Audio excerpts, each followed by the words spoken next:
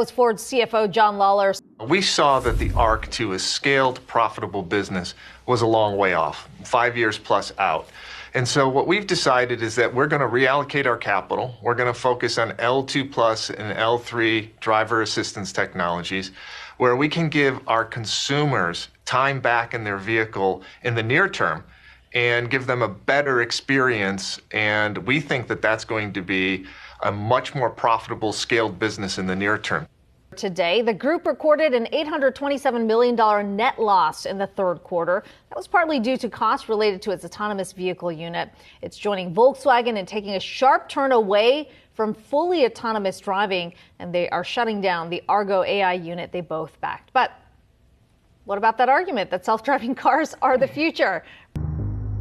Elon Musk entered the car industry and started making promises of a Tesla that could drive itself while you sleep. Since then, every car maker on the planet has been quietly investing billions into self-driving AI.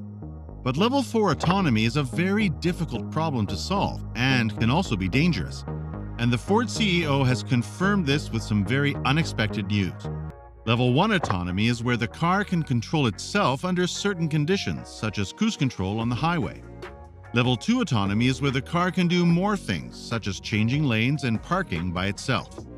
Level 3 autonomy is where the car can drive itself, but a human driver must be ready to take over at any time. And Level 4 autonomy is where the car can drive itself and does not need a human driver.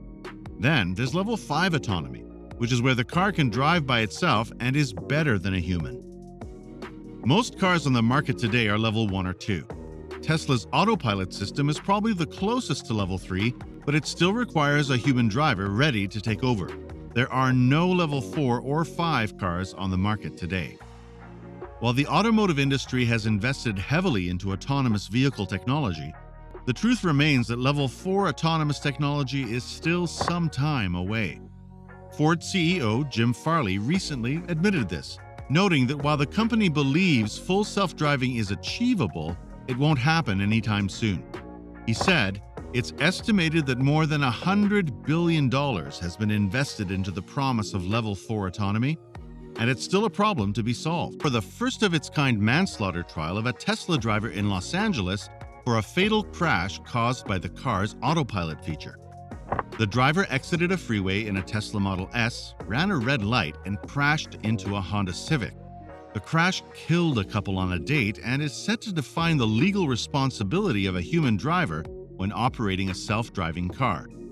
The state will have a hard time proving the guilt of the human driver because some parts of the task are being handled by Tesla.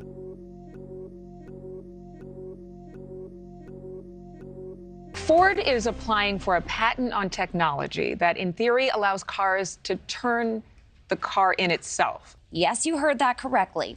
That means that your car would physically drive itself to a repossession agency or another location to be towed if you fail to make your payments for 60 days or so. It is deciding whether it should lock the owner out of the car on the weekends or include a beeping or chiming sound to annoy the driver. And so anything that they can do to help support or make that auto loan portfolio more profitable, less risky, they will do. And this, of course, is a hot topic because it brings up concerns like, what if somebody leaves something very important in the car, like documents or medication? Now, of course, Ford is still in the very early stages of the development of this technology, but Gardner says he thinks this will be the future of the car industry.